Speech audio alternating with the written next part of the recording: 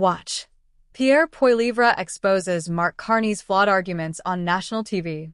In a recent high-stakes debate, Conservative leader Pierre Poilievre positioned himself as a fierce critic of Prime Minister Mark Carney, questioning the government's approach to critical issues facing Canada today.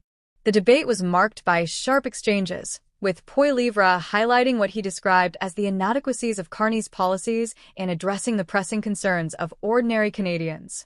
This confrontation underscored a growing divide between the two leaders, particularly regarding economic management, public safety, and resource development.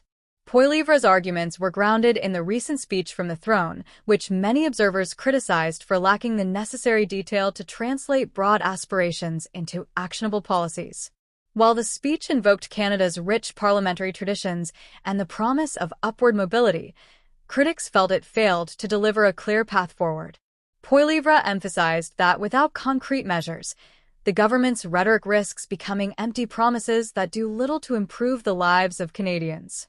A central theme of Poilievre's critique was the government's fiscal management. He pointed out that the throne speech did not adequately address the urgent need to rein in government spending or reduce the tax burden on families and businesses. As inflation continues to strain household budgets, many Canadians are looking for a government that prioritizes fiscal responsibility and tangible solutions rather than vague slogans.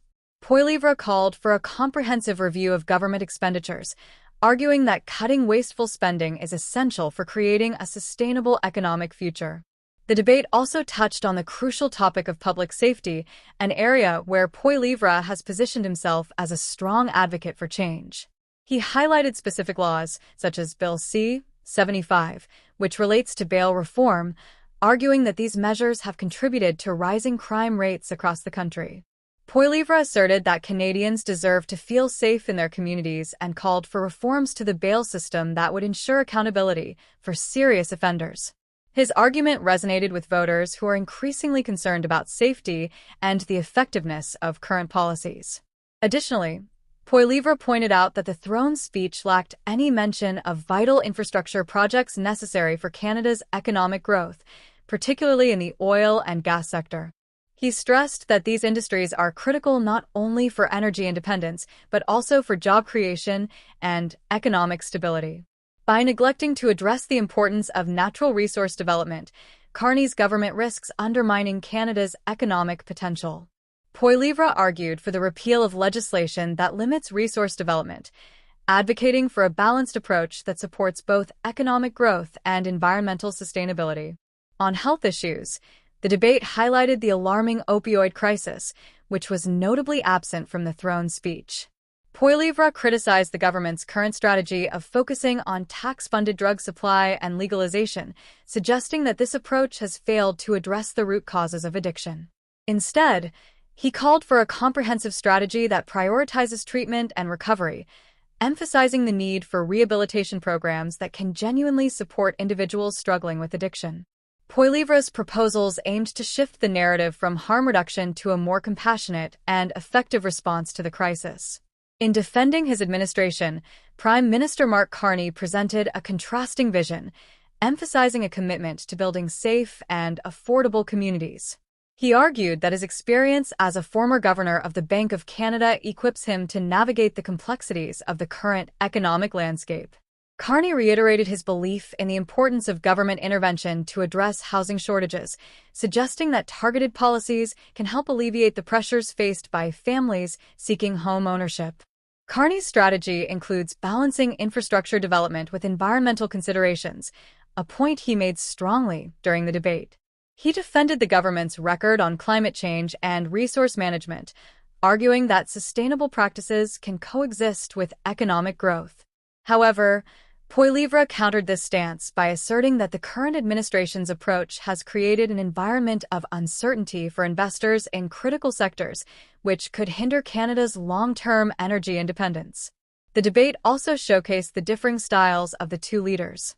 Poilievre's populist rhetoric connected with voters who feel disillusioned by traditional politics and seek a leader who speaks directly to their concerns. His emphasis on fiscal restraint and public safety resonated with many Canadians who are frustrated with the status quo. In contrast, Carney's technocratic approach aimed to reassure voters of his capability to handle complex issues through informed policy-making and data-driven decisions. As the election approaches, both leaders will need to refine their messages and present clear, actionable plans that resonate with the electorate. The ability to translate their visions into concrete policies will be crucial in swaying undecided voters who are looking for solutions to the challenges they face. The stakes are high as Canadians grapple with economic uncertainty, safety concerns, and the ongoing impacts of the opioid crisis. The debate's impact extends beyond mere rhetoric. It reflects a broader conversation about the future direction of Canada.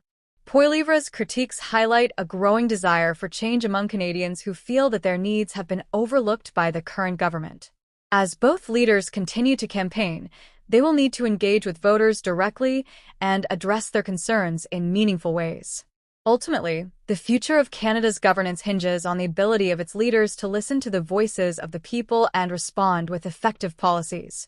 The contrast between Poilievre and Carney presents Canadians with a clear choice: a path that prioritizes fiscal responsibility and public safety versus one that emphasizes government intervention and sustainability.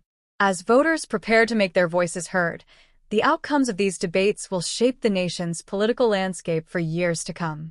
In conclusion, the recent exchanges between Pierre Poilievre and Mark Carney have set the stage for a contentious election campaign, one that will undoubtedly focus on the pressing issues of economic management, public safety, and resource development.